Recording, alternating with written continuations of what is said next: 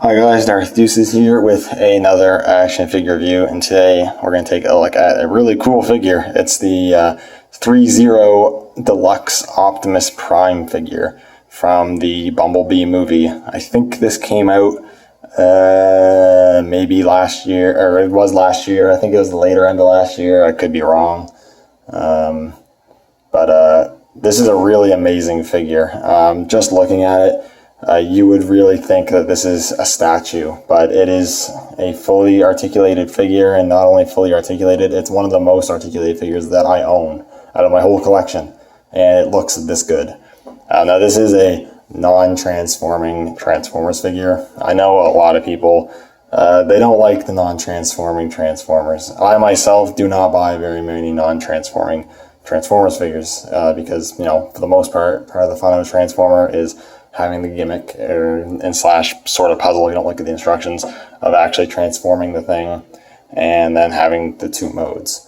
But if I want a really, really good looking version of a character, then I don't mind it being a super solid non-transforming action figure, because if it's a really, really good looking piece, I don't need a really good looking, I'm not going to display it as a truck. Like, I'm not going to display this Optimus as a truck. I don't need them to have a really good looking truck mode. If I wanted that, I could buy a die-cast truck. What I want is to display him in robot mode and have an absolutely awesome looking robot mode, and this figure does it really well. Now, just for an FYI, there is actually a transforming version, not by Threezero, rather there's a third-party company that has made a masterpiece style version of this figure that I'd say definitely detail-wise is comparable in quality to this one, but it does transform.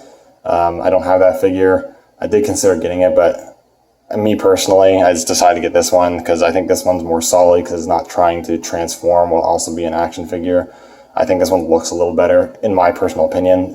Your opinion, if you've seen that figure, could be different.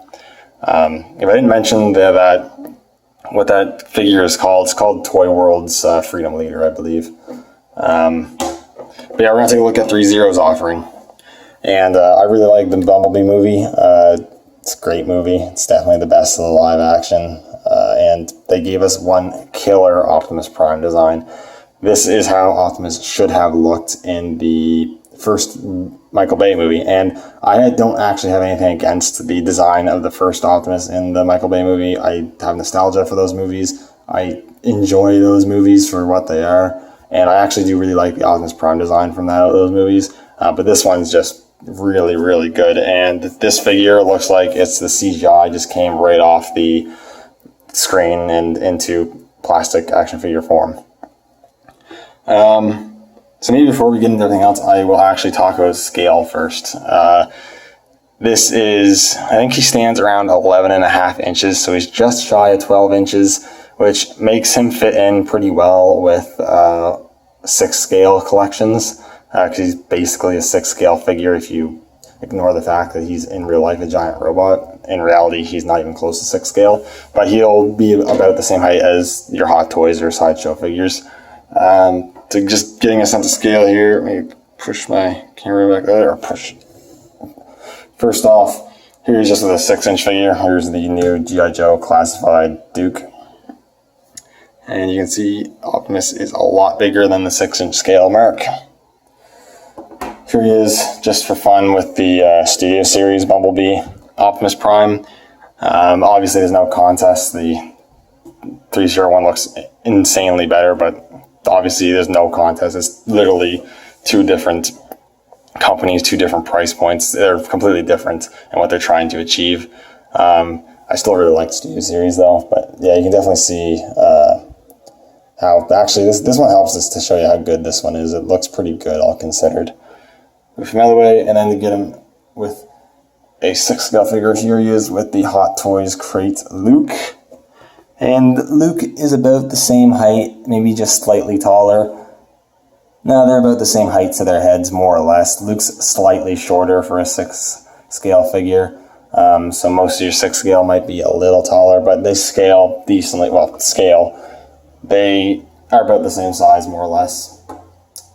So now you get a sense of the size, we can get into the actual details of the figure. Take a look at the head sculpt. Now this figure, as far as I know, uses a decent amount of die cast, and I believe most of that die cast is actually used in the internal frame for all the articulation on that. Like, this gives this figure a lot of heft. This guy is not light, which is something to keep in mind, but also is pretty cool. And just zooming in there. Head sculpt's pretty nice. Get my light back in there a bit more. It looks really good. He's got these nice blue eyes. All the colors on this figure look great. You've got the blues, the silvers, the gunmetals, the reds, multiple shades of the colors. You've got washes, everything. I'm not going to go super in detail explaining everything because you can just see with your eyes. But I really like the head sculpt. It looks just like in the movie, I think. And a really fun feature is, and it's very well hidden, is he has an LED feature to light up his eyes. They look fine, not lit up, but if you press actually the button here, lights up his eyes. And you can't tell too much because they got a bright light on, but you do see light. If I maybe turn off my light, okay, you can barely, you kind of get a sense for it. It really illuminates his eyes. Now it's hard to explain and show on camera, but the LEDs are not super bright where the eyes are going to like shine across the room. They're just bright enough to make them look realistic and breathe life into the figure's head sculpt, which is pretty cool. At the end of the day, the light up features, they're pretty gimmicky. I'd say 9 people out of 10 aren't going to just leave their LEDs on in their figures when they're displaying them because they destroy the batteries, completely suck the energy out of them. But it's a nice feature when you're messing with it or whatever. I'll flick them on, pose them around. It's pretty cool. But continuing on with the rest of the figure, we'll zoom out a little bit. There we go. Figure looks great. You know, there's a bunch of brushing and different details. You got the windshield wipers on there on the chest. You can see the front parts of the truck. This is based on his Earth mode, by the way, if you couldn't already tell. The shoulders have the Autobot logos on them. And then just all throughout the figure, you know, you've got some really great details, like these little chains and belts and whatever. All these gears is really cool. You even have the yellow arrow markings to harken back to the G1 look. Flipping the arm over, you can just see a ton of different mechanical detail, which is insane. And then just moving down again, paint details, everything. It makes it look like real metal. It's not, but it makes it look like it, and it's really, really good looking. Down to the feet there. I'm gonna not spend too much time. Actually, while we're down at the feet, I will flip around real quick. He does have the wheels there, and the wheels, from what I can gather, they are actual rubber. So that, again, adds to realism. That's really cool. There's a few spots on the figure that have some, if you go down the feet here, have some like floating parts that is to help with articulation a bit. You'll kind of see that in action here in a minute. Flip around on the back here. The detail doesn't stop. The back is just as detailed, if not more detailed than the front, which is very cool. The proportions are all very good. And what's really cool is you can kind of see like the little kind of spine he's got going on here. If you actually articulate the crunch, you get even more sculpted detail underneath here, and there's no scrapage, no nothing. It looks super natural when you bend it forward. Give you a better angle on that maybe. It looks phenomenal. I like how they sculpted it, the upper part to be curved in more to simulate the arching of the back when crunching. So that is really cool. Push that back forward. And overall, if you haven't already guessed, absolutely fantastic looking figure. I am over the moon with this look of this guy. He looks awesome. In terms of articulation, I'm going to try to cover this relatively quickly. But he's very well articulated. So you have, it's going to be a little hard, you have a ball joint at the neck, which is a little hindered. It only actually turns this much, but if you pop off the head, which is easy to do, you just pop it back on like that, and you have it turned a lot more. There's also a neck joint though, so it helps with looking down, looking up, pivoting, and then getting a bit of rotation with that neck joint. You have shoulders, you can rotate them. This is a good example. When you're articulating the shoulders, these panels like to come off pretty easily. They just clip right back on. No big deal, and they do articulate out of the way. So you can move the shoulder bending his torso really far out. There's 2 points there. Put that down, rotation, a double joint at the elbow, which bends past 90. I don't think there's a rotation. Oh no, there's a rotation at the forearm. I did not know that. The rotation at the forearm, and he has ball joints at the wrists. So that's good. There's also a hinge in there as well. As you already saw, there's a ball joint of some sort in the actual torso. Go back, crunch really far forward. Can crunch even further forward with the bottom here. So he can crunch really far forward, and it looks super natural. And you can pivot as well, which is really good. There's also a rotation there at the waist. These panels around his waist do get out of the way. These ones on the sides will like to pop off from time to time. But you do get, move his arms out of the way, full movement. You can kick all the way up. So you can see that there. You can see the little Threezero logo on the bottom of his foot. Kick all the way up. Splits really far, pretty much full splits. Moves back just a little bit. No real thigh rotation. It's hard to do with the kind of sculpt they got going on. You don't really need it though. You do have double joint at the knee, and you can see how all the mechanical parts can kind of move. Let's see if I can get a better light like that. So that's really cool. Straighten out the I don't think there's any sort of rotations, but you do have the foot rotates a little bit. I'm not going to force it any further. I think it just rotates a little bit, but you do get some pretty good pivot. And I believe there's also a toe joint. I think mine's a bit tight. Yeah, there is a slight toe joint as well. So really good articulation. You can pose him very well, and I'll try to get a better pose here at the end of the video.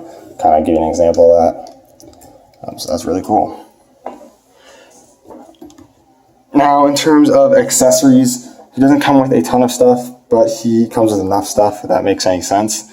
So first off, you do get display base. And if you're familiar with Gunpla, the display base is very similar to an action base. The display base itself is relatively simple. It's got some mechanical detail and whatnot. It's got the Threezero logo and then Transformers Bumblebee on there. It would have been nice if like Optimus Prime was written on the front or something, but I'm not going to complain too much.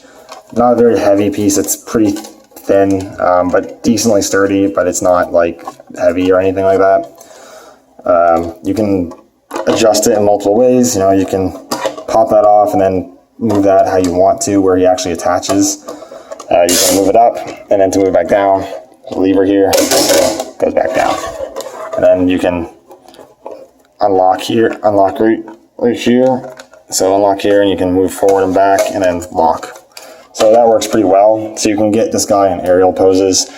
On the back of the figure here, I don't know if I'll be able to do it, but there's actually a little spot here. You can just remove that, and you can plug it into the back. I'm not going to show it off, but you can plug it in, and then you can get him in aerial poses if you so wish. I have tried it. It does support the weight of the figure as long as you balance it correctly, because this doesn't have a lot of weight. You're not going to want to bend it forward too much or back too much, or it's going to tip over. So you're going to want to be wary of that. I'm probably not going to display him in an aerial pose. I just do not trust the stand enough to hold the figure because it is decently heavy. But you have the option if you want to, if you feel like you can get away with it, which you probably can. And then you get hand options. So on the figure, we actually have the balled fists.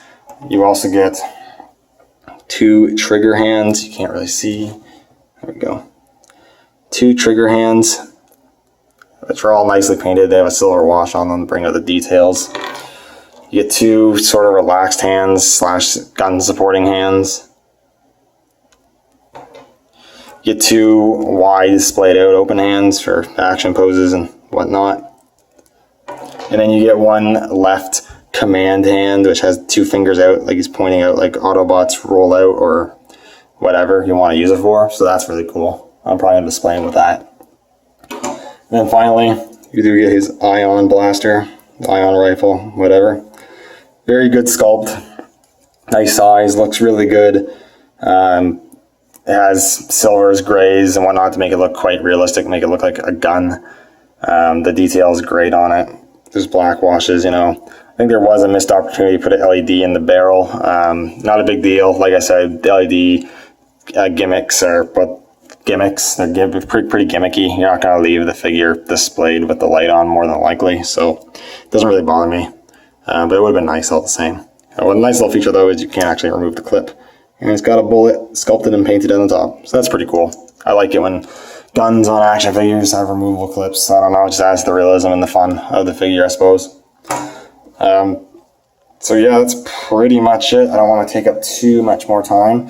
Let's get them posed up real quick so you can kind of get an idea of how you can pose them. One word of note actually too is that the hands, I'm not going to show off many of the hands swapped because they are actually, aside from the fists that I have on them, they're actually pretty hard to swap because the figure to grip onto it is not the most comfortable because there's a lot of sharp edges and the ball joint is tight and the ball joint's at the base on a hinge and the hinge likes to move back and forth when you're trying to put the hand on. So maybe it would have been nice to have a bit of an easier time to switch out the hands, but it's not that bad. These ones come off and come on pretty good, but they've been on the figure since it was made, so that makes a bit more sense. You can take them off. You can put some hands on. Let's put the trigger hand on, and hopefully it's not super hard to do. There we go, got that on. And then we'll take the command hand. Let's take the command hand, it's kind of cool. And we'll hopefully put this on without hurting myself. And I'll pause real quick. Alright, now I got Optimus posed up. Not in the most dynamic pose. You can do a lot more crazier things if you so would like to, but I think this is a really cool pose, and you can just pose it in so many different ways. You've got a lot of different options, and all the joints are basically all hidden very well, so it looks like it doesn't have articulated joints. The gun goes into the hands easily. The trigger hands, they've got some flex to them, so it's no problem getting the hands in, and he holds it really securely. And overall, this is an amazing figure. I think it's one of my favorite figures in my entire collection. It's one of those figures you walk by and you just instantly notice because it looks just so good and so dynamic with the articulation. Accessories are good. He's not going to come with a ton of stuff because he doesn't use a ton of stuff in the movie. He's not in it that much. This is a fantastic figure. If you're a Transformers fan and you want a very high-end or a pretty high-end Optimus figure from the Bumblebee movie, or even just a high-end Optimus figure, I would highly recommend this one. It's going to put you down $200 USD, which I think is a pretty fair price for this piece. I think that's quite good. Definitely worth the money. 100% recommend this figure. Absolutely awesome. Anyways, thank you guys for watching. Let me know what you think down in the comments below, and I'll see you all in the next video.